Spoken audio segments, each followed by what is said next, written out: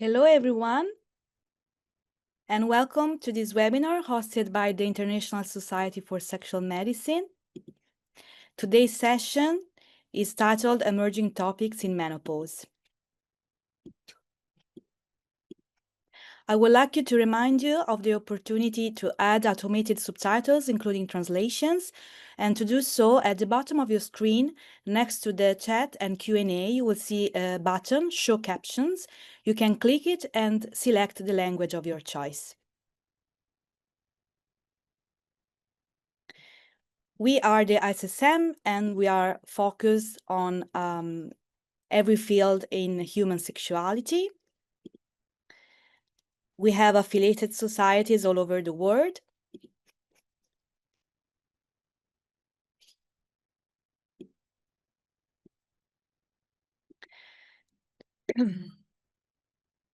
And these are our journals where you can find high-level scientific publications. I am Elisa Mazzeroli, your moderator for this webinar, and we are joined by three outstanding international speakers, each of whom will share their unique perspective and expertise on key issues related to menopause and sexual health. After the presentations, we'll move to a live Q&A session, so we invite you to take part by submitting your questions in the chat at any time during the webinar. And we are excited for the discussion ahead. So thank you for joining us. We hope you enjoy the session. And the first speaker is Jennifer Lanoff, a board-certified women's sexual health and gender-related nurse practitioner in the US. She focuses on menopause and sexual health disorders, and she will talk about ethical challenges and equity in the menopause context. Please, Jennifer. Hi, everyone. Good morning. Thank you so much for joining today. So as you just heard, my name is Jennifer Lanoff. I am a board-certified women's health nurse practitioner. Actually, let me make sure I can see your slides for some reason. I don't see the slides. Hold on a second. Anyway, I'll just start with the first slide and tell you to keep going. Okay, I'm a board-certified women's health nurse practitioner, a Menopause Society certified provider, but this is actually my second career. I spent over 20 years before this as a trial attorney with the Public Defender Service in DC. I served on the Board of Professional Responsibility, dealing with attorney ethics cases, and that sort of strange mix of law and medicine has made me really interested in the ethical side of healthcare, especially where we see huge gaps in who gets care and who doesn't. Just a disclaimer, when we use the word women here, we're referring to cisgender women as defined in clinical guidelines. Language reflects how research is framed, not an exclusion of trans or non-binary individuals. So next slide is my disclosures. And then next slide. So setting the stage, hold on one second. So I want to just set the stage a little bit. And as a quick disclaimer, of course, this is not medical or legal advice, just my thoughts on ethical principles in menopause care globally. So what initially sparked my interest when I was preparing for this talk and have been thinking about ethics was when we started to talk about denying patients gender-affirming care or abortion or even birth control and whether that was a harm in itself. We know people who have money can go elsewhere to get treatment, but what about everyone else? So this is a question I'm really interested in, and I got to menopause somehow. Is menopause care a matter of equity? Because menopause is universal, half the world's population experiences it, but the care people receive varies dramatically based on where they live, their race, their income, everything except their actual medical needs. And that raises a big ethical question for us: should first do no harm, what we always are told to teach and learn, and does that include the harm of doing nothing? So the harm of dismissing symptoms is ignoring suffering, and that's kind of what I want you to explore with you today. So we are in the middle of a massive demographic shift that doesn't get enough attention. By the end of 2025, over 1 billion women worldwide will be in menopause. That's 1 billion people experiencing a significant health transition affecting virtually every body system. Despite these numbers, menopause care remains incredibly inconsistent across the globe. In some countries, comprehensive care, including hormone therapy, is standard. In others, women get almost no support. Their symptoms are dismissed just as aging, and treatments are severely limited. So at the same time, we're seeing growing attacks on scientific knowledge in women's health and research. So between misinformation, politicization of hormone therapy, and stigma around aging bodies, it's really getting harder for patients to access evidence-based care. So next slide is just a quick look at the traditional bioethical principles through the lens of menopause care. First is autonomy, which is the principle of respecting a patient's right to make their own healthcare decisions. For example, in some South Asian countries, studies show that up to 80% of women have never discussed menopause with a healthcare provider, and without information, of course, there can be no autonomy. The second is beneficence, which is acting in the patient's best interest. This principle must include recognizing menopause as a treatable health transition and not just normalizing suffering. The third is non-malfeasance, which is the principle of first do no harm.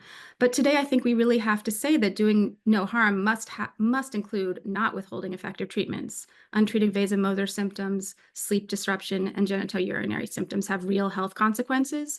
The harm of inaction is just as real as the harm of inappropriate action. And finally, there's justice, which is the fair distribution of healthcare resources. Right now, menopause care is anything but equitably distributed. Access is determined by geography, economics, race, factors that have nothing to do with medical need.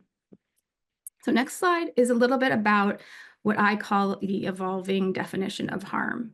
And it has really evolved over time. So as I said, we used to define harm narrowly, a physical injury caused by treatment or negligence. But now we recognize in many other contexts that withholding necessary care is itself harmful. And crucially, we acknowledge psychological harm, dismissal, invalidation, denial of patient experiences as legitimate forms of harm. When providers tell menopausal women their symptoms are all in their head, or they should just push through it, or it's a normal part of life, that causes harm. Untreated menopause affects multiple health domains. Cardiovascular risk increases, cognitive function changes, bone density decreases significantly, mental health suffers. Just the sleep disruption alone, as most of us know, can devastate every aspect of health. So the broader understanding of this harm should change how we think about our ethical obligations. The next slide. So just a quick talk about the disparities, because I think those are obvious, and these 6 categories pretty much capture what we need to be focusing on. They exist in multiple overlapping dimensions. The geographic and economic barriers are probably the most obvious. Where someone lives, their financial resources often determine access to specialized care. I've had rural patients who have driven 3 hours each way just to see me. Cultural and linguistic barriers silence discussion. In many societies, menopause remains taboo. Language barriers make it worse when translation services are inadequate. Racial disparities persist even in countries with advanced healthcare. Research consistently shows that women of color have their symptoms taken less seriously, and this isn't subtle. The data is stark. The LGBTQ individuals face unique challenges too. And then, of course, transgender, non-binary individuals experience menopause differently and often face discrimination from providers unfamiliar with these needs. And those with disabilities and chronic illnesses navigate even more complex systems that aren't designed for overlapping health concerns. Next slide is just a map that I saw recently that showed just the disparities of care across the United States for gender-affirming therapy. And you can see the different colors in terms of which states are allowing for it and which states aren't. And obviously, everything matters in terms of geography. So the next slide is to discuss the global gaps in menopause care. So let me give you some specific examples of how menopause care varies globally. Japan has an advanced healthcare system, but conservative cultural attitudes sometimes limit hormone therapy access. Only 2.3% of the menopausal Japanese women use hormone therapy, compared to 15 to 20% in some Western countries. Across sub-Saharan Africa, menopause is rarely addressed in healthcare systems focused on in the healthcare systems are focused on infectious disease and reproductive health. Studies in Nigeria show that while up to 84% of women report significant menopausal symptoms, less than 5% have ever discussed them with a provider. In the US, we see striking racial disparities. Black and Hispanic women are significantly more likely to have their symptoms dismissed and less likely to receive specialist care. The data shows Black women are 64% less likely to receive hormone therapy compared to white women with identical symptoms and medical histories. Across Europe, there's a wide variation in treatment approaches, higher hormone therapy use in Nordic countries, whereas 40% of eligible women receive treatment compared to 8% in Southern Europe. So the next slide, and then on top of that, there are compounding barriers. What's particularly troubling is how these barriers stack up. It often starts with symptom dismissal. When women report hot flashes or sleep disruptions, they're told they're just part of getting old.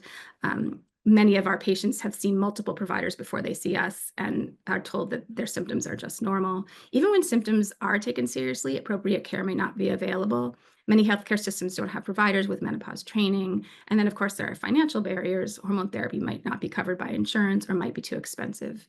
Even in countries with universal healthcare, these treatments are sometimes considered elective.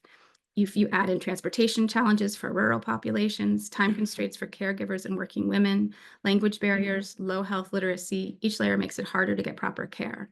And previous negative healthcare experiences discourage many women from seeking care at all.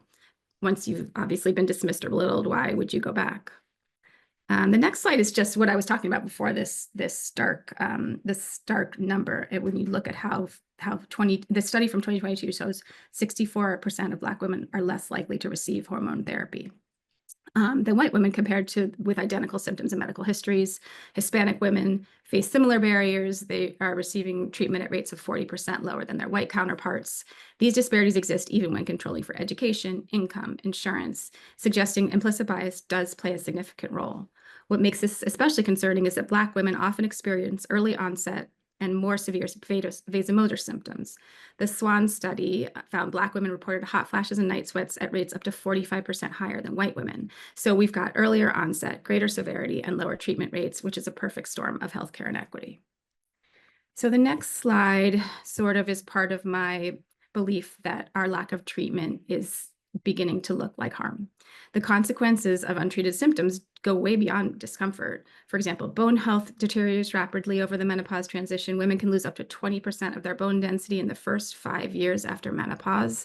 These fractures just aren't inconvenient. They're associated with significant mortality. Up to 20% of women who suffer a hip fracture die within 1 year. Cardiovascular risk increases substantially as estrogen levels decline. Heart disease remains the #1 killer of women, taking more lives than all forms of cancer combined. The cognitive symptoms, brain fog, memory lapses, concentration difficulties can devastate daily functioning.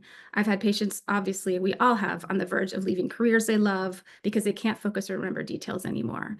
And the urogenital symptoms from declining estrogen lead to chronic infections, sexual dysfunction, and significant pain, yet only 7% of women with these symptoms receive appropriate local hormone therapy. So the next slide talks a little bit about some recent data that came out about a year ago. The updated Women's Health Initiative findings have really changed our understanding of the benefits and risks of hormone therapy. We now know that appropriate hormone therapy prescribed to the right patients at the right time can reduce osteoporosis risk by up to 37%, potentially preventing debilitating fractures, lower diabetes risk by approximately 30%, which is a huge benefit given the global epidemic, cut coronary heart disease risk up to 50% when started during that window of opportunity close to menopause. Yet despite this, 73% of women reporting moderate to severe symptoms are offered no treatment at all. So the gap between evidence and practice is just a serious ethical concern we need to focus on. The next slide, this is just an example of how much we're suffering from lack of treatment. The mortality rates after osteoporotic fractures, I think we all know, are pretty significant, but American Indian, Alaska Native populations face nearly 38% mortality within 5 years of a fracture. That's compared to 14.4% for Asian populations and 19.2% for Black and African American populations. These differences persist even after adjusting for socioeconomic factors. So when we fail to address menopause-related bone loss equitably, these mortality disparities have one consequence. Fracture prevention through appropriate menopause management is literally a life or death issue, and this is just one example. Similar patterns exist for cardiovascular disease, diabetes, and other conditions affected by menopause management. The next slide, we all have read the studies about workplace implications across different economies when women are unable to work due to their symptoms. Of course, that leads to social and economic consequences, and then long-term public health considerations. So next slide. So the more important part, what can we actually do about this? So for starters, we need shared decision-making that adapts to our cultural contexts. We need communication tools that work across cultures and literacy levels, visual aids that don't depend on language, culturally specific explanations that resonate. We need to understand community-specific health beliefs. In some cultures, menopause is viewed as natural and not requiring intervention. We need to acknowledge these beliefs while providing evidence-based information to our patients. Translation services need to go beyond just converting words. They need to capture cultural nuances around aging and women's health. And in some cultures, family is involved in health decisions. So while maintaining patient privacy, we can respectfully include the women's family when the patient wants this support. The goal is balancing cultural respect with evidence-based care and making sure that patients can make truly informed choices.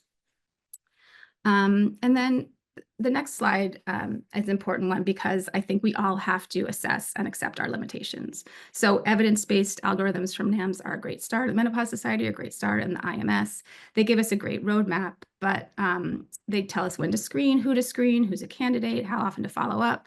But having protocols really isn't enough because we have to apply them consistently, whether we're in a major academics or a solo rural practice.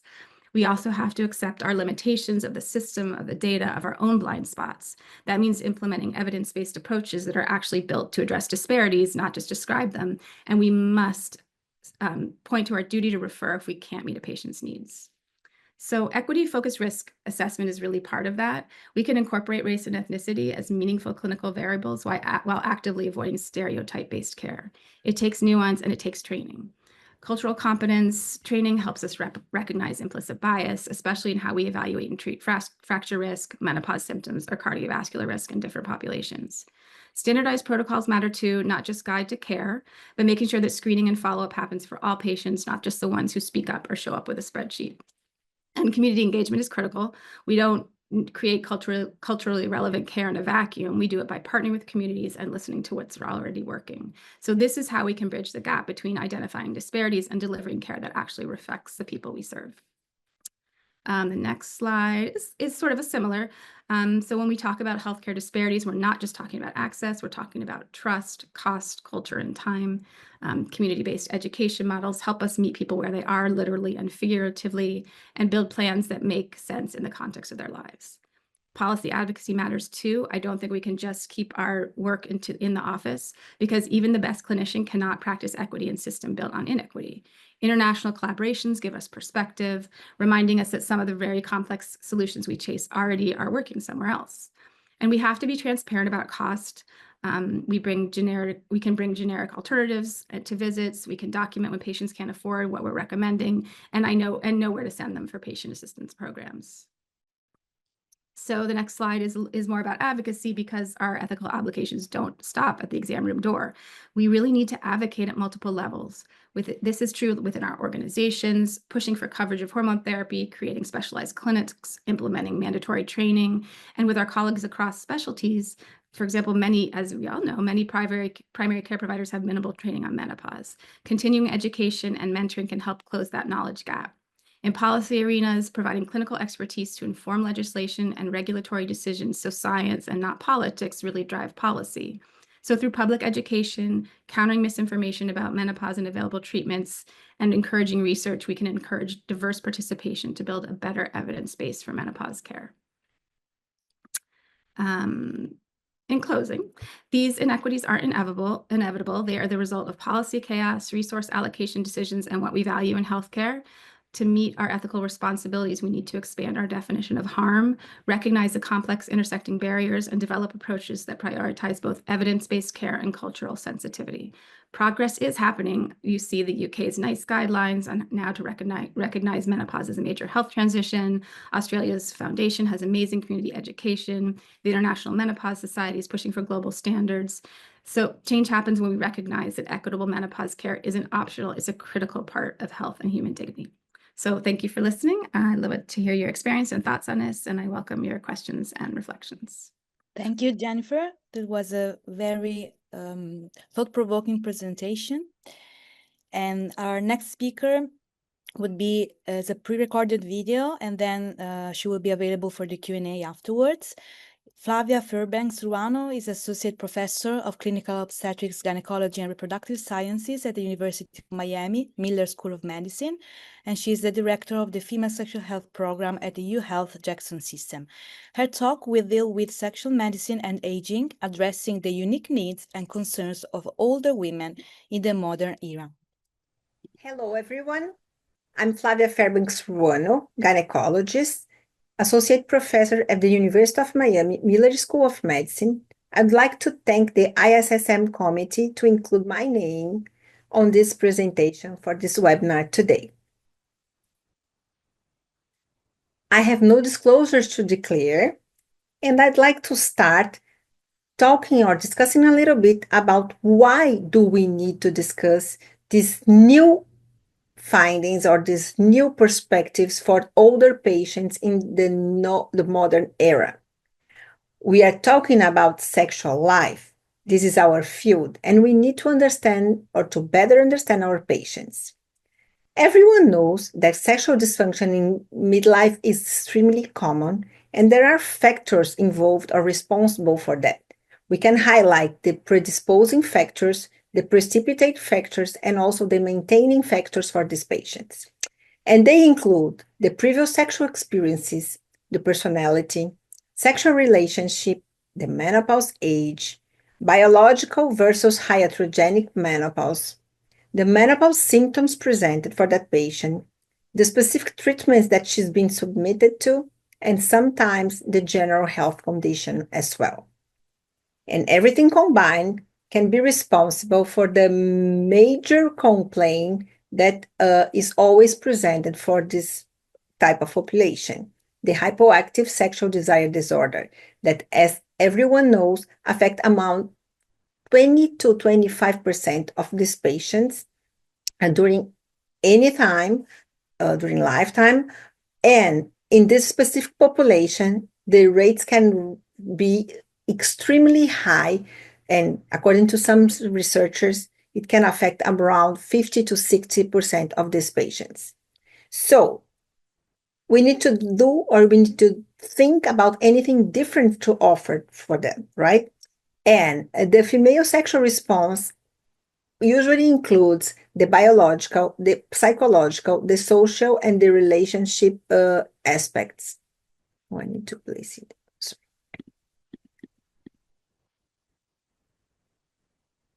And for us as providers, the biological aspects always will include the hormonal evaluation, at least, associated, of course, with the anatomic changes, medication, and other comorbidities.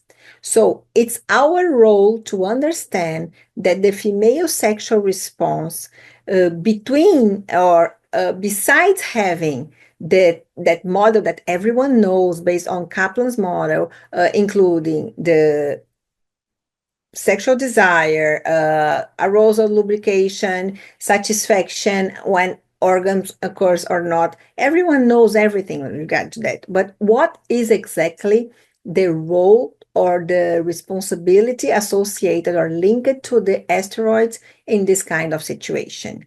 And specifically addressing the androgens, how do we prescribe or how do we interpret these androgens nowadays for these patients? Where is the space for them?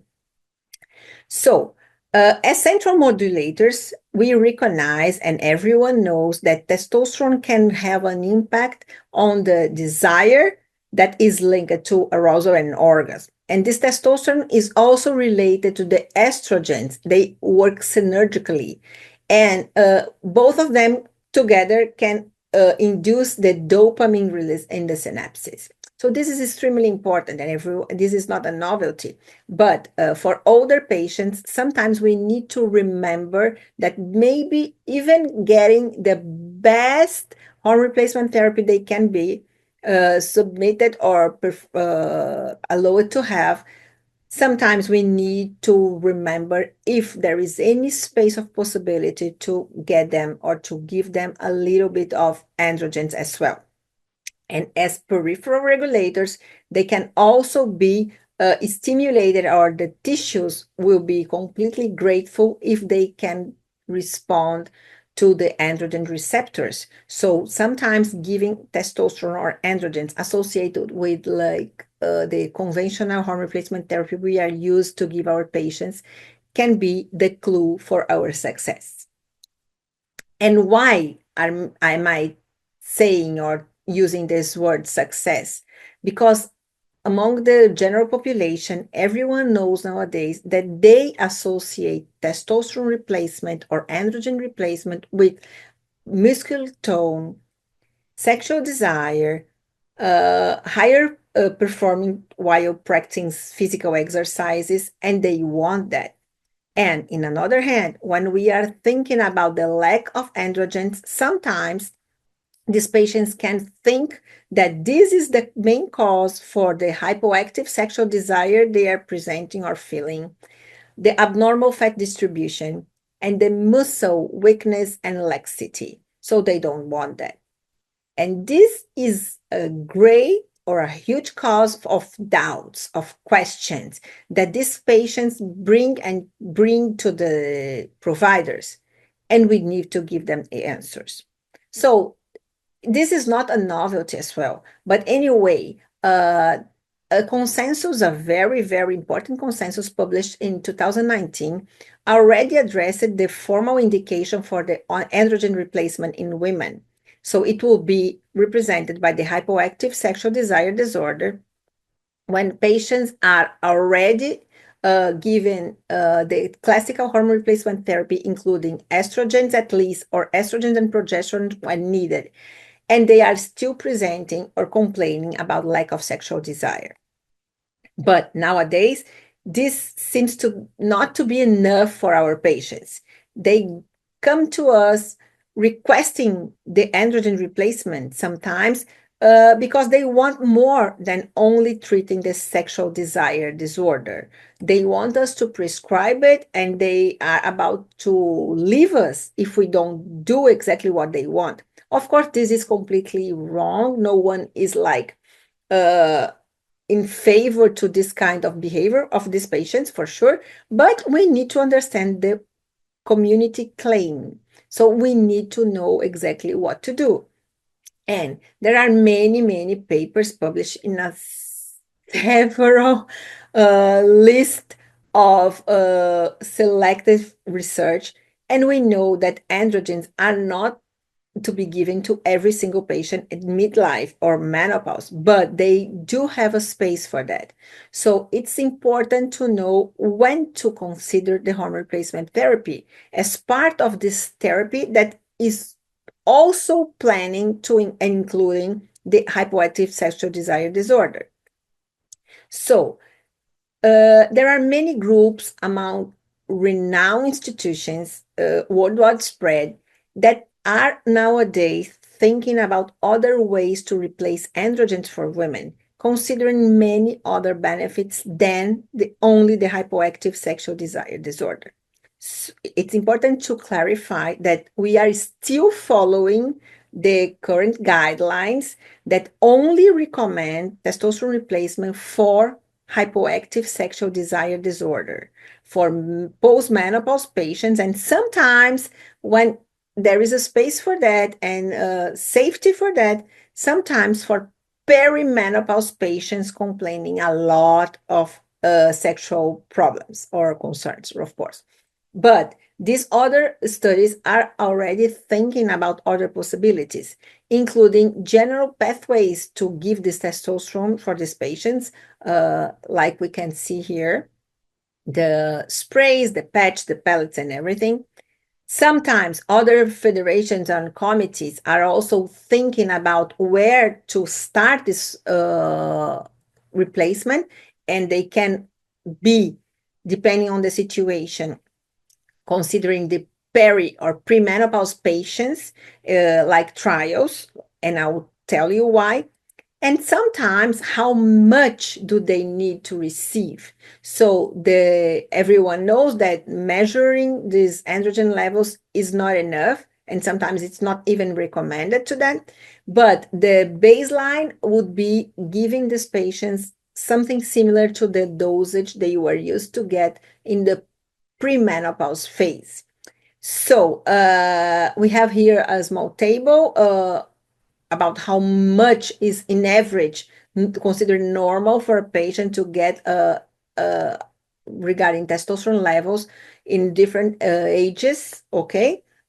And how would it be possible to be achieved if we give them something that is already prepared and ready for that in the market? Of course, there are many controversial studies and many other ways to do that, but we are trying here to open a space for discussion. Another topic that needs to be addressed is the DHEA replacement, which is another androgen that is approved for the vaginal treatment of the genital urinary syndrome of menopause, bringing many, many benefits for these patients, and it will be addressed in a later lecture after mine one.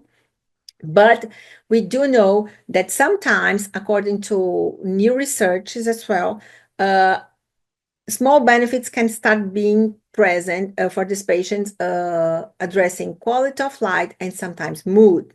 So this is not yet completely approved for this target and outcome, but anyway, we need to be open to that as well.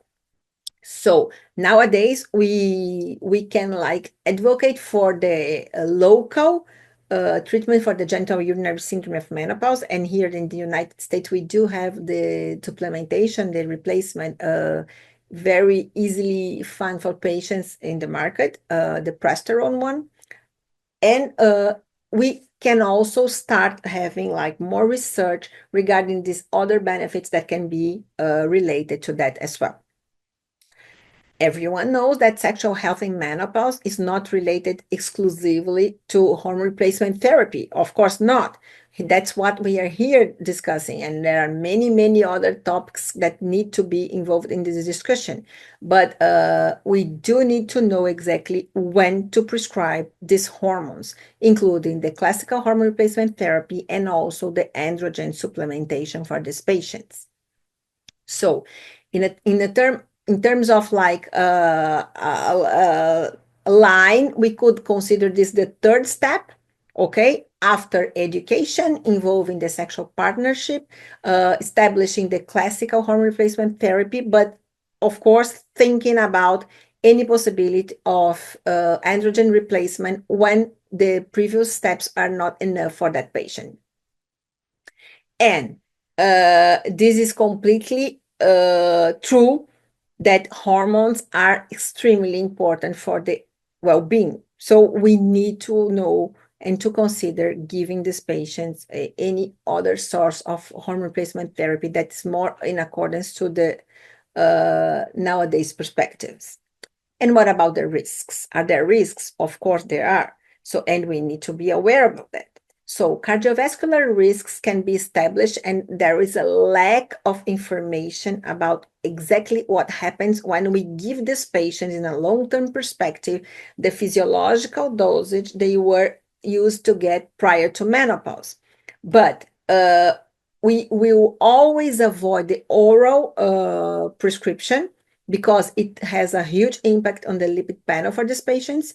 We will always prefer the transdermal pathway, and we will always monitor the cholesterol levels, the glucose levels, insulin resistance, coagulation problems and parameters, renal and liver function for these patients. Many of these studies nowadays available for interpretation have several bias that need to be addressed and included on our perspective and our interpretation. The lack of long-term safety needs to be clarified for our patients, and they need to be in agreement of a continuous monitoring while using the testosterone or any other androgen replacement that they want to do.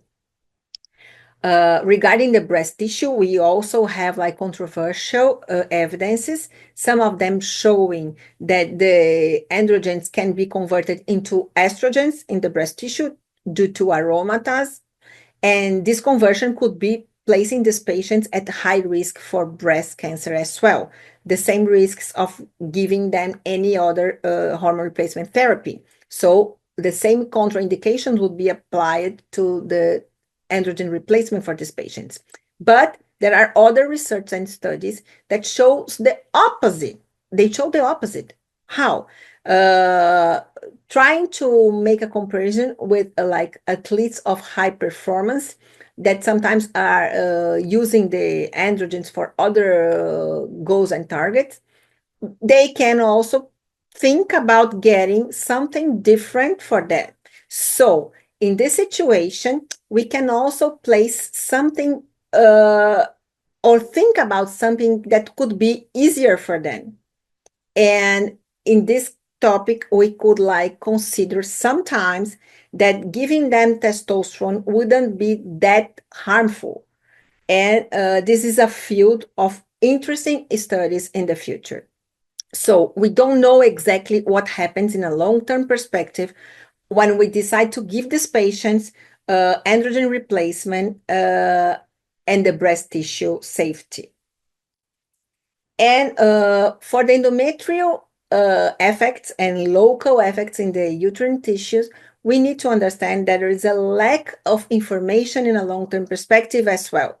So we do have the androgens converting in estrogens due to the aromatase enzyme, but the concentration of aromatase in this kind of tissue is not that high. So it seems to be safe, but every single time a patient using the androgen replacement starts presenting any kind of abnormal uterine bleeding or postmenopausal bleeding, this bleeding needs to be fully investigated through anything that we could consider like beneficial for this patient. So the endometrial effects for these patients are still a field of research, but it seems to be safe in a long-term perspective. And what about perspectives? So future research can include many ways of androgen replacement for these patients. And the top number one nowadays, according to the clinical trials, is to define the safest way to give them the androgens. We know that oral approach is not recommended at all, but the discussions include nowadays giving them the pellets, giving them sometimes the formulations already prepared for males in a 10th dosage for females, sometimes bringing them other ways to address this testosterone or androgen replacement, including vaginal rings, different transdermal gels, or even any kind of long-term releasing, such as injections and whatever. There are many ways to develop new research, and we are more than open and interested in this field. And that's why we decided to bring this information today. So the take-home messages, just to conclude this presentation, is that androgens need to be considered for women when possible and when this is safe for the patient and it's aligned with the patient outcome expectations. So every single time we have a patient with a hypoactive sexual desire disorder that is already given the hormone replacement therapy without achieving the benefits she wants, we need to consider or confirm the efficacy, the possible effectiveness of giving them androgens. How to give them, we still don't know, but usually we'll prefer the transdermal approach for sure. How much do they need to receive? Something similar to the doses they were used to get or to receive or to release prior to get to menopause. And for how long? No one knows. So we need to give them the possibility of having the continuous monitoring, including the baseline levels prior to start any kind of hormone replacement therapy, including the androgens, the 3 to 6 weeks after starting dosage again, based on androgen receptor and also the dosage. And in a long-term perspective, after 6 months, we usually test them again for liver function and also the androgen levels in general. Androgens have and do have positive raising effects on desire and arousal. Everyone knows. The FDA didn't approve them for the clinical use yet. Many research are being conducted, and we are very excited to be part of some of them. It's recommended to give the lowest androgen possible levels for patients, just trying to give them some relief on the menopause symptoms while still present. We need to share with our patients this situation of giving them an off-label prescription, and the continuous monitoring is always mandatory for them. And like Aristotle said many years ago, the future is in the middle. So we cannot be completely against giving these patients androgens, but we are not completely in favor to give everyone androgens. We need to study case by case, and we'll figure out who are the real candidates for that. And I'd like to thank you all for this audience. I'll be open for the Q&A afterwards. And of course, I'd like to thank again the ISSM committee for including my name today. Thank you so much.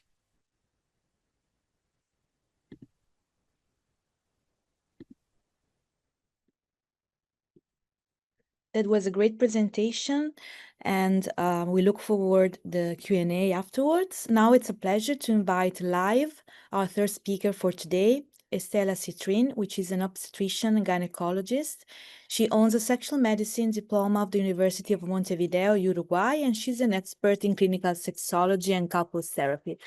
And she will focus on a hot topic, which is bladder pain syndrome, interstitial cystitis in menopause. Thank you, Elisa, and thank you, ISSM, for this. A is a very tricky one, bladder pain syndrome, interstitial cystitis, IC from now on, in menopausal women. Please, next one. I have no conflict of interest to share with you, and let me guide you through the agenda. The next slide. I will like to show you some definitions, epidemiology, diagnosis, treatment, and of course the impact of IC on women's sexual health. Next slide. Here you can see some definitions from AUA and SUFU about the chronic bladder syndrome and interstitial cystitis, IC. And to be honest, I want to share with you that this topic is very challenging. And as I was preparing this presentation, I noticed that many other colleagues from other areas of expertise also struggle with these kind of symptoms in their usually and daily practice. And what most impact me is that many colleagues see how patients wander for treatments to reduce their symptoms and have their very few solutions. It is very disappointing for both patients and physicians. And, you know, the guideline says that the definition is that IC is an unpleasant sensation with pain, pressure, discomfort perceived to be related to the urinary bladder associated with low urinary tract symptoms of more than 6 weeks duration in the absence of infection or other identified causes. So we see bladder pain, urethral pain, pelvic pain, low urinary tract symptoms in the absence of urine cultures. This is the most important definition that we see about this IC condition. Next slide. You can see that about the epidemiology, it can be in any range from 1 to 7% of patients, as you can see. It is more unknown. This is very disappointing, of course, because when one condition has many other theories, it is difficult. We struggle to get the best. There is a wide range of studies that show different prevalence and conditions related to IC. But most common diagnoses that are misinterpreted of IC are low tract infections, endometriosis, overactive bladder. In men, this is a condition that also is present and is sometimes confused with prostatitis and irritable bowel syndrome. Can I have next slide, please? So regarding the diagnosis, it usually we have to meet some criteria to have an an accurate diagnosis, but this is not the case for IC. It is mostly a diagnosis of exclusion because there are not conclusive tests to reach this. And this leads to the patient to have long-lasting symptoms and being treated with antibiotics, even if urine cultures are not present. And it's unclear whether this is a primary bladder disease or sometimes it's secondary to other cause. This is why I like to have this Spider-Man cartoon, because we don't know which comes first. Usually patients present with bladder pain related to urination and other chronic symptoms as well. So moving on to the diagnosis, it is a chronic condition. It can be divided into ulcerative and non-ulcerative IC, and it is characteristic to have Hunner ulcers that are characteristic of IC. And if you press one more button, thank you, Siobhan, you can see now Dr. Hunner, who described these lesions, and some characteristics of patient allow us to differentiate three phenotypes of subgroups of patient. The bladder-centric phenotype describes patient with Hunner ulcer, small bladder capacity, and symptoms that improve with intravesical treatment. There is a second group with the patient that present with pelvic floor phenotype and experience muscle tenderness. And the third group of patients have widespread pain. And in the case of women, they also have pain outside the pelvis, fibromyalgia, anxiety, depression, stress, and many other symptoms that affect their general quality of life. So the most common type of IC is not the one that Harner described, and many symptoms can lead to this, as we can see now. Can I have the next slide, please?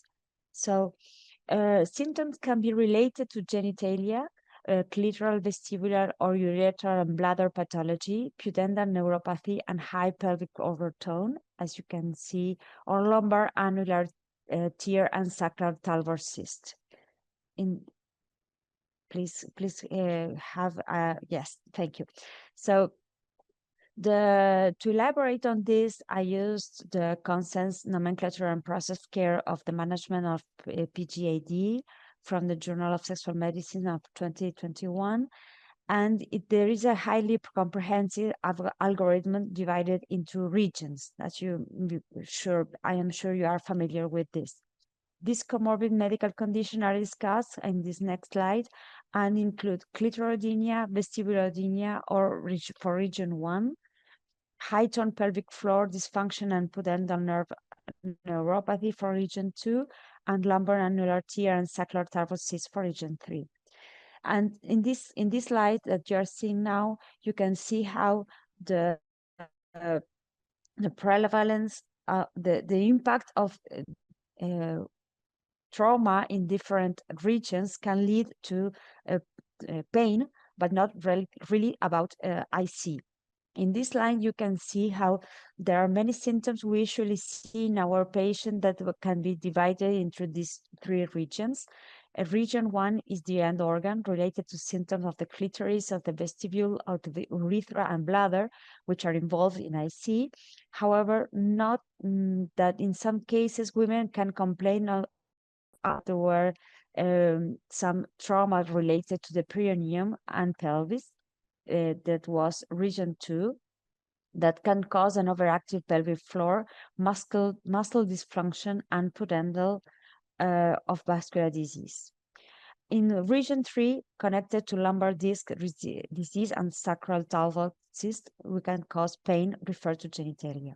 This algorithm is very comprehensive and good to understand and rule out many other, almost any case. In the next slide, that is a very busy slide, Next slide, please. Oh, yes, thank you. We will see, I will always only focus on IC. According to the 2021 consensus I previously mentioned, when consider the history of the patient, we need to pay attention to urinary symptoms and investigate if they will get worse after specific meals, for instance, or drinks, and also check for genital symptoms such as vestibulodynia, clitoridynia, vaginal pain. We also need to inquire about the onset of symptoms, how long the patient has experienced them, and how the patient usually manages pain. The physical exam is very clear, is key, of course. We start with the abdomen and pelvis, checking for tenderness in the urethra, bladder trigon, and for overactive pelvic floor and vestibulodynia. Voiding frequency and volume should be noted as well. For this exam, some useful validation questionnaires are available. That's why we need to investigate for specific agent causing the infection. We can use BTL injection, that's benzocaine, lidocaine, and tetracaine, to determine if the urethra is the sole cause of pain. To identify a possible bladder condition, we may need to perform a cystoscopy to rule out these Hanner ulcers, for instance, or other cause of bladder pain. Additional bladder instillation of heparin or anesthetic can provide us with a better understanding of this condition. So moving on to the treatment of this condition, this is the last part of the session. Treatment all underlying condition is essential for to rule out and to give this patient a better treatment. Since the diagnosis is at exclusion, we need to focus and dismiss other diseases. Education is very important because it is a long-term condition and patients need to understand what triggers their symptoms and how to cope with them. Often we need to advise them to avoid certain meals and beverages.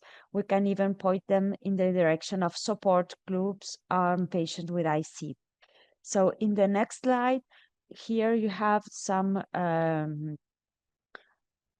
webs from patients that gathered themselves with and expert opinion on how to treat their symptoms, because it is very challenging sometimes to have them following a specific treatment, and also because there are sometimes where the treatment that we provide are not very useful.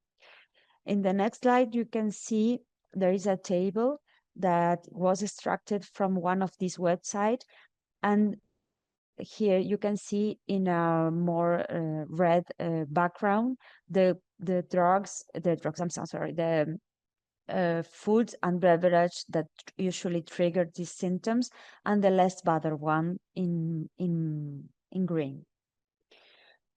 As for the medical treatment, the pharmacological treatment in the next line, many guidelines are available for the pharmacological treatment, but most of them highlight that there is a lack of randomized controlled trials. So we have low-grade evidence to recommend the best course of treatment. Many options show some improvement, as I will show you now. According to the AUA guidelines with grade B or C evidence, patient may benefit from using amitriptyline, cimetidine, hydroxyzine, and cyclosporin A orally. And there is only one drug available in the US, that is the one showed in the slide. Many other countries like mine in Uruguay, we don't have this kind of drugs registered. And there are many adverse events associated with the use of these drugs. So this is also a important decision made with the patient in case of deciding to use this drug. Intravesical options are dimethyl sulfoxide, heparin, and lidocaine instillations. According to the systemic review conducted, we should consider PPS as one this drug over here of one of the best options among oral drugs for the treatment of IC. However, this drug is not available in many countries, as I said before. Orally administered amitriptyline is an efficacious medical treatment and should be the first option offered to the patients. In the next line, there is another busy slide, but I would like to focus on the recommendation of cystoscopy with low pressure distension, fulguration of Horner ulcer, and botulinum toxin injection, nerve stimulation, and major surgery. These are also have grade C evidence, so this is not the first option to give our patients. Next line, please. This is, I think, the most important thing I will maybe say in this session. What we do not need to offer, as Mrs. Lanford was saying, it is very important to have to bear in mind the no harm approach, right? It is not approved, or it is not recommended to have long-term antibiotics or prophylactic antibiotic in this patient. Instillation BCG is really not recommended as well. High pressure, long duration hydrotension distension, I'm sorry, is not offered as well. And systemic oral steroids are not very, very popular as well. So with this, please let me have the final one with the impact of quality of life. The impact on genital pain and more how it deteriorates due to urinary symptoms in general, such as the urge to urinate or pain. So this is well described. Few paper investigate the impact of IC on sexual health and the quality of life related to IC. This is indeed a cause of concern, since pain during intercourse is a major preoccupation and a source of anxiety, depression, and avoidance of sexual intercourse. As healthcare providers, we need to supply the best treatment available and always ask our patients, both men and women, if they're experiencing pain during intercourse, and address them in a sense-wide manner. So I think we are just in the final session, the final one of the final session, I'm sorry, final slides. And with this, I will thank you for your attention. I'm here for the Q&A session. Thank you. Thank you, Stella. So we have several questions coming in. Please remember that it's better to use the Q&A tool rather than the chat, so that it's more easy to find the questions. And it would be useful also to add the name of the speaker to whom you're addressing the question. So we have one for Dr. Fairbanks. Is testosterone for women legal or off-label? Hi, thank you so much for this invitation again. I apologize not to be present online with you for the presentation, but I'm funnily running the menopause clinic here today full of patients. So that's why I was seeing patients and I wasn't able to get the online presentation. But I'm very happy to be here.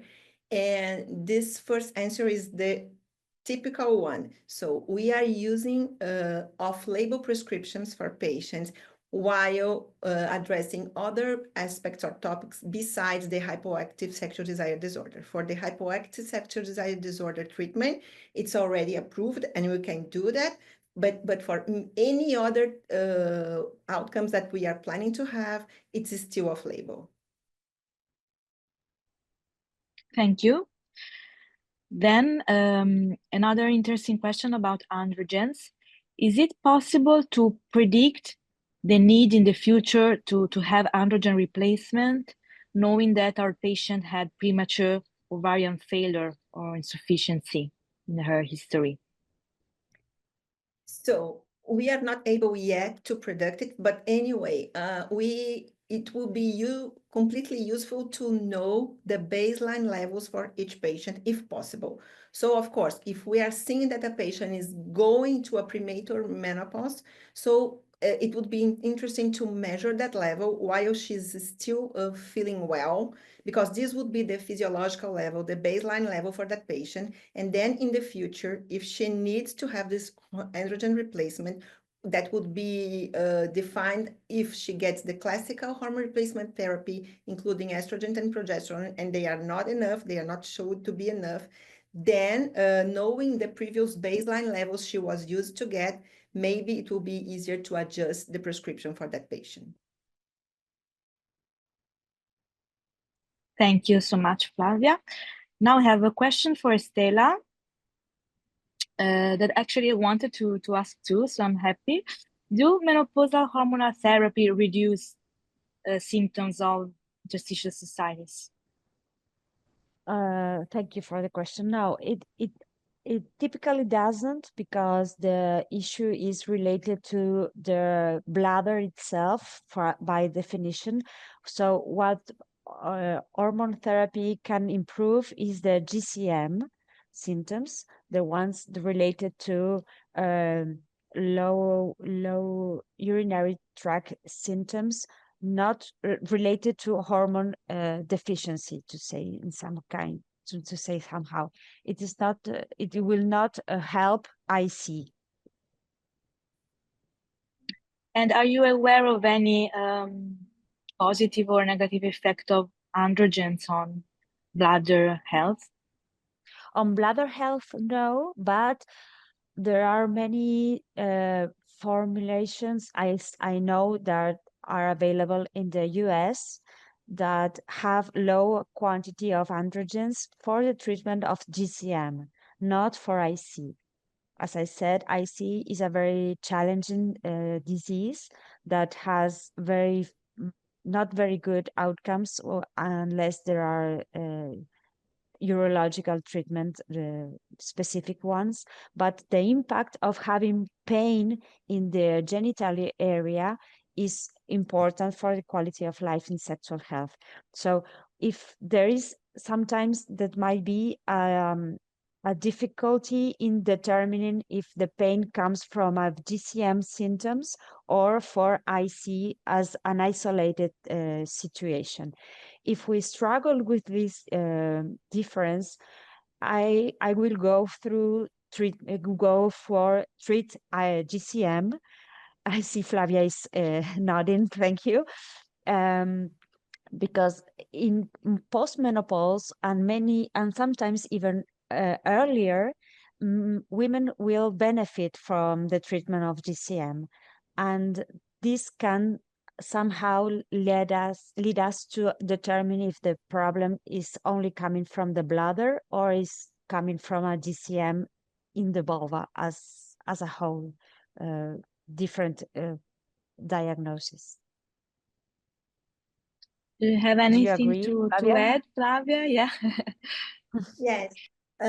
Like Stella said, here in the US, we have like the luck of having the progesterone available in the market. Okay, so it's for a daily basis use, but anyway, 6.5 milligrams per day at bedtime, and it improves a lot the genitourinary syndrome of menopause, and sometimes it can be something related to IC for sure. So if we don't have anything to offer, at least replacing something, addressing the genital urinary syndrome would be extremely useful. Great. Our colleague from France is asking for Flavia, do you prefer transdermal androgen therapy or vaginal for a general effect, not only for vaginal trophicity? No, if we need to address the general effect, of course, the transdermal would be preferred. Okay, the vaginal one would be only or exclusively for the local symptoms. So every time we need to have like the full approach, the transdermal one would be preferred.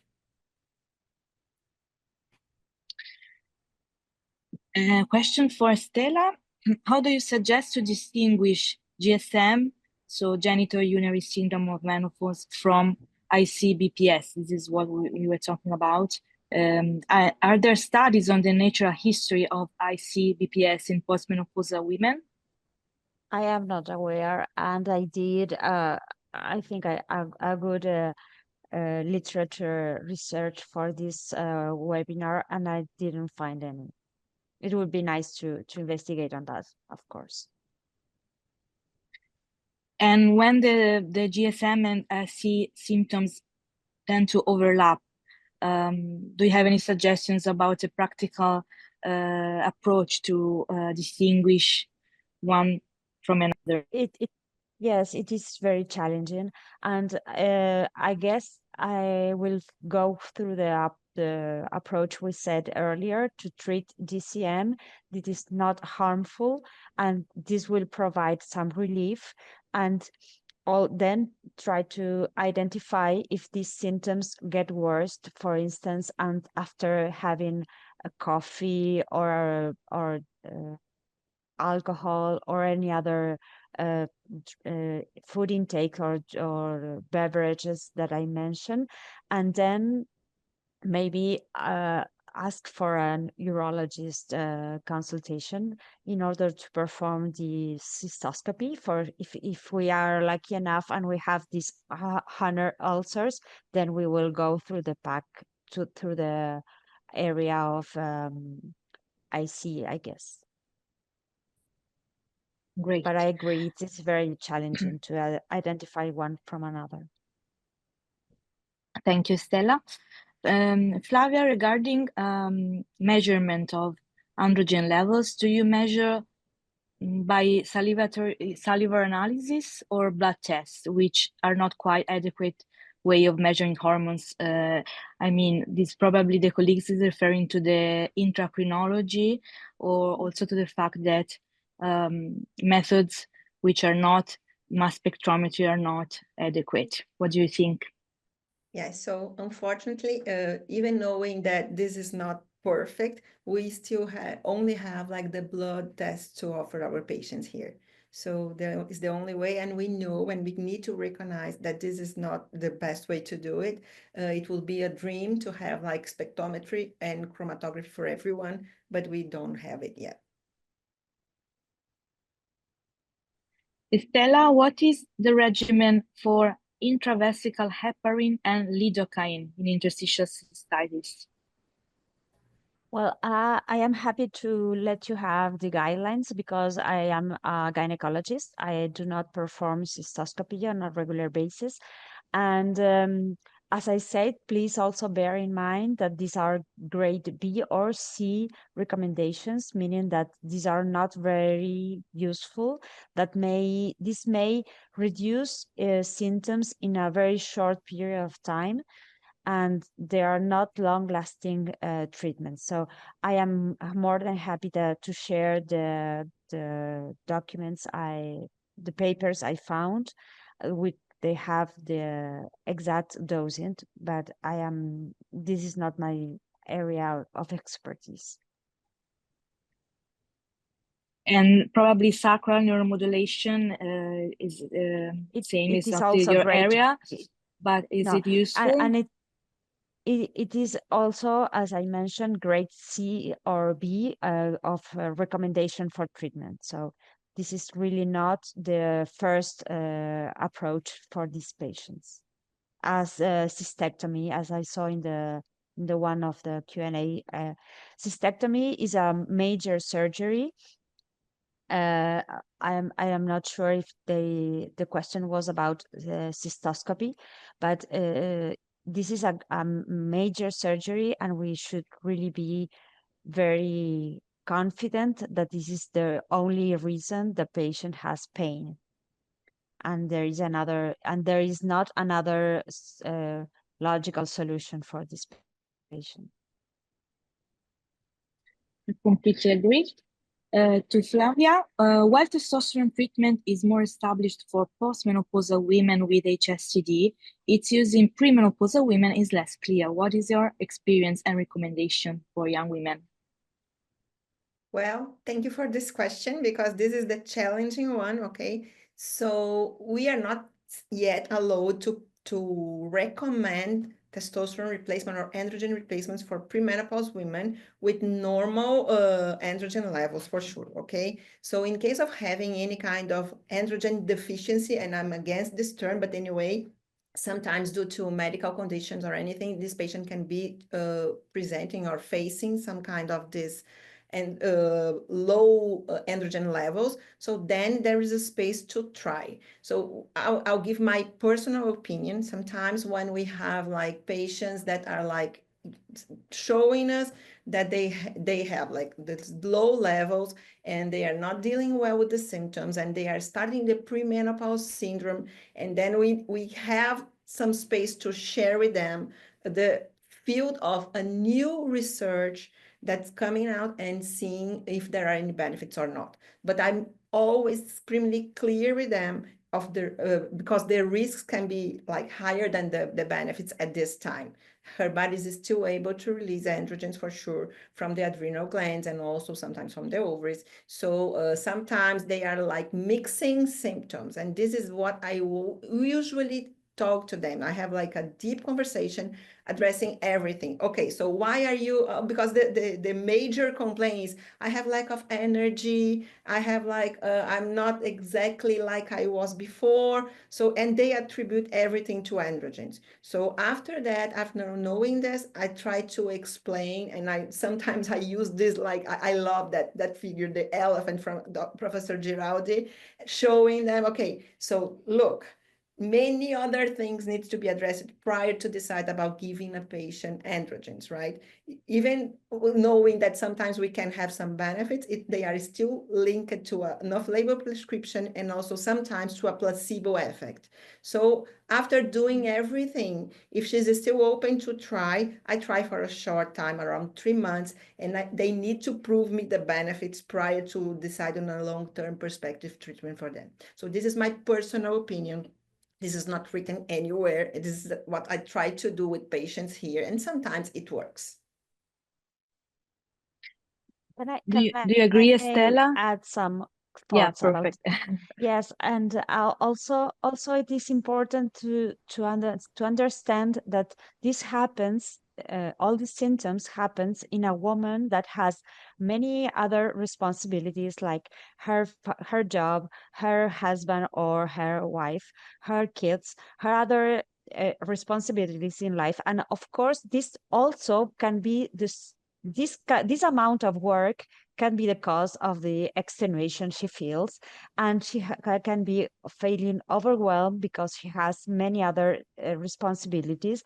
And of course, we are dealing with a generation. I am part of it. I can say it. I am a postmenopausal woman as it is, and we are dealing with many people that are reluctant to the idea of growing up and getting old.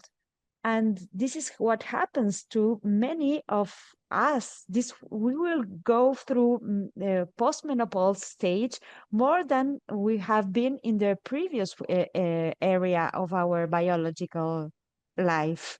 This quite new because the life expectancy has been growing older, and we live many other more years, and we need to make more other changes. We need to be more aware of what we eat. We need to exercise. We need to be avoiding tobacco, and we be avoiding alcohol, and we should have the best quality of life that we can provide ourselves, and then ask for other help. I am not against anything like that, but maybe in the during the interview with the patient, we may be able to show what they are doing, and they will like describe more hours of the day that they have in the day, actually, because we all always have women overlapping activities,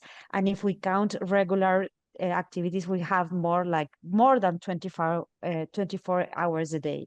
So it is okay, and it is like important to understand that we are overwhelmed because many times we are doing more that we can do.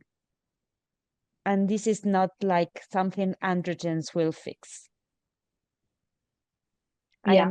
I don't know if you agree with what I said. Yeah, I do. The holistic approach is crucial. And as an endocrinologist, I may add metabolic assessment, because the menopausal transition, the perimenopausal, is a time in which work attitudes change. So people are more often sedentary, as you were mentioning. So lifestyle is something that we really need to address. And another question regarding the psychosocial approach. I think it is for me, or maybe for the first speaker, but Jennifer is not able to be here now. She had clinic with patients. So elaborating regarding the relationship between menopause and mental health.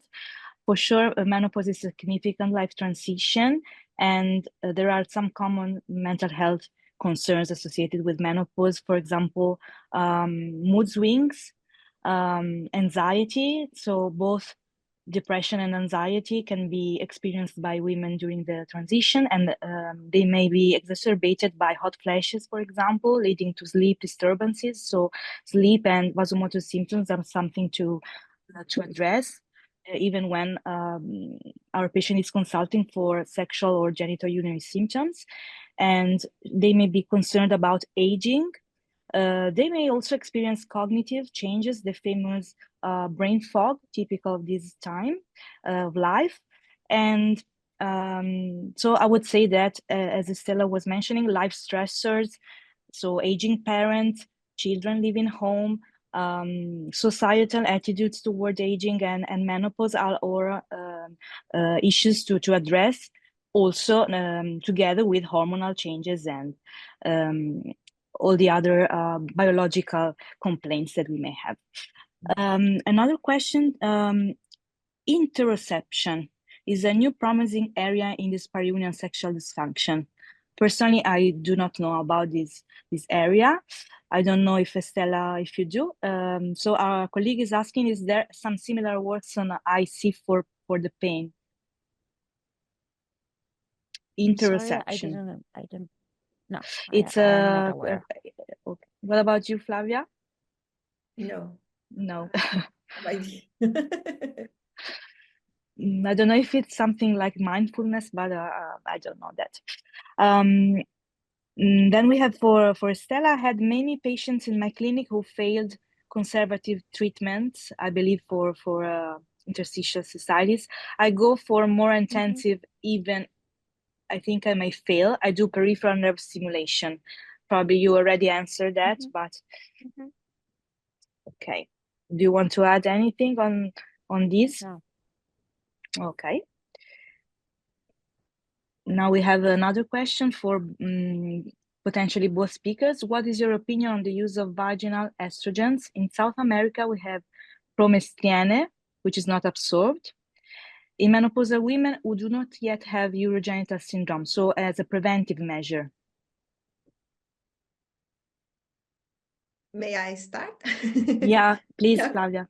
Okay, yeah. So I need to confess, I miss promestriano here. I used to prescribe it a lot in Brazil, so I'm completely aware about being prescribed in South America.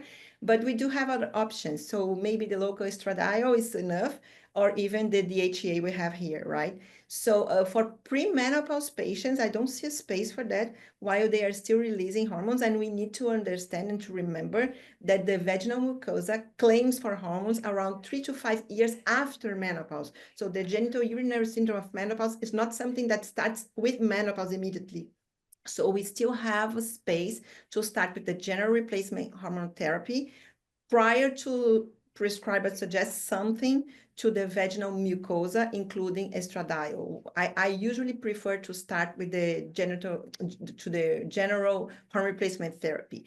And then this is another topic I would like to highlight. Sometimes these patients are complaining of vaginal dryness, but more related to intercourse and dyspareunia. And then is another space to decide and to reevaluate the sexual response, the general one, prior to decide about local hormone replacement therapy besides the general one. Yeah.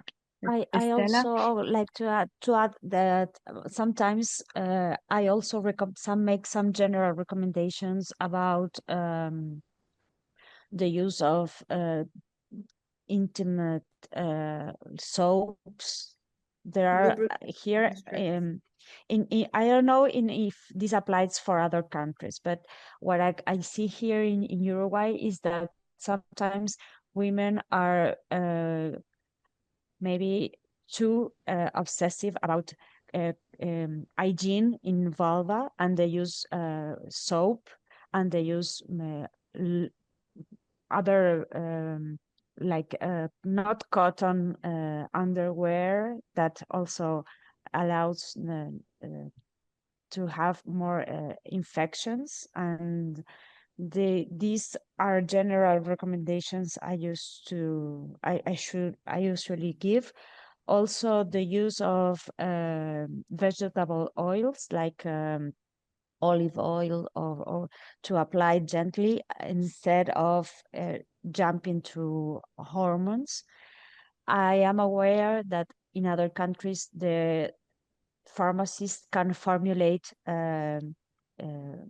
creams with estradiol and androgens. In our country, this is not allowed, and this is an enormous disadvantage, because also we don't have progesterone or ospemifene. We don't have them in our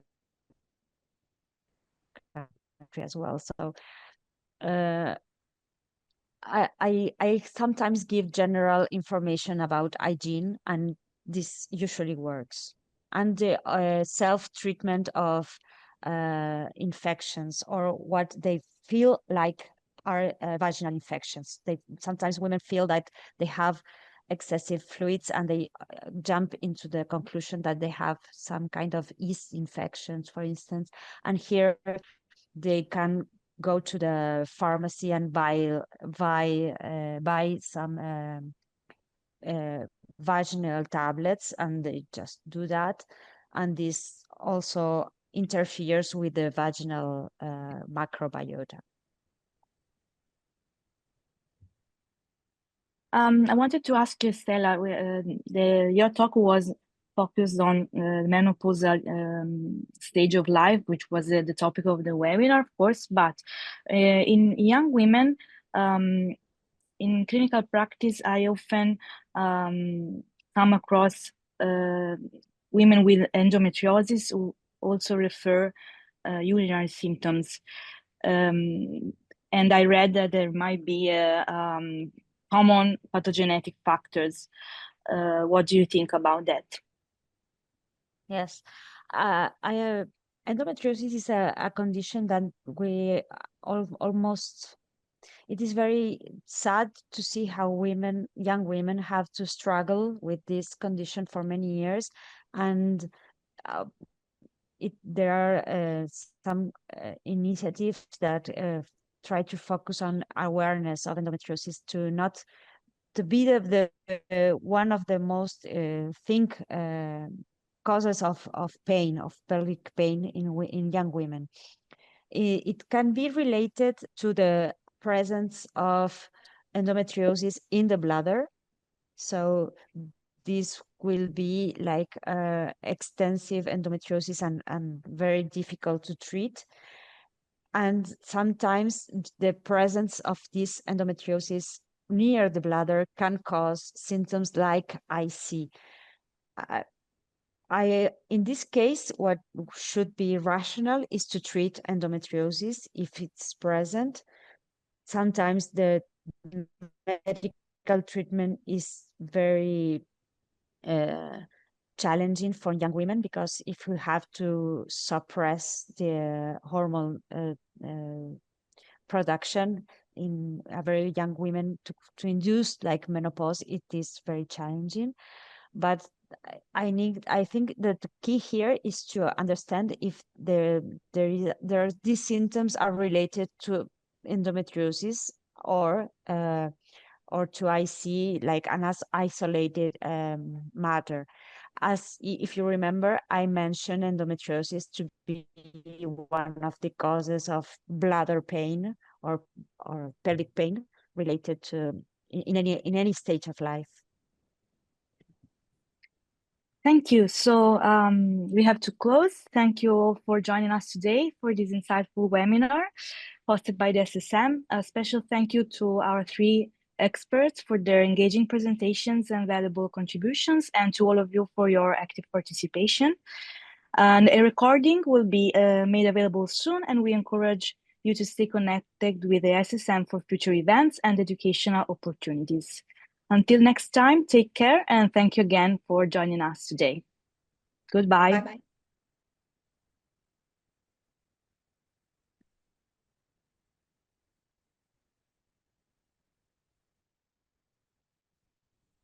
Thank you, Flavia, for your time.